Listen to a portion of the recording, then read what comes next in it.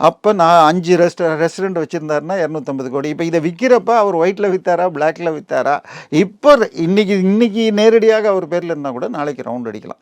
இப்போ நீங்கள் கேட்டீங்க பாருங்கள், இதில் வந்து அந்த சிவப்பு அரக்கன் நிறுவனமோ அதெல்லாம் வரலாமான்னு சொன்னால், அவங்க ஏற்கனவே நேற்றுக்கு கூட சென்னை ஹைகோர்ட்டில் வந்திருக்காங்க. அந்த ஆகாஷ் பாஸ்கரன் மற்றும் விக்ரம் ரவீந்திரன் அல்லது விக்ரம் ஜூஜுவை ஏன் இது பண்ணீங்கன்னு. சார், இன்னைக்கு பிரச்சனை என்னன்னு சொன்னால், பணத்தை எப்படி ஒயிட் பண்ணுறீங்க?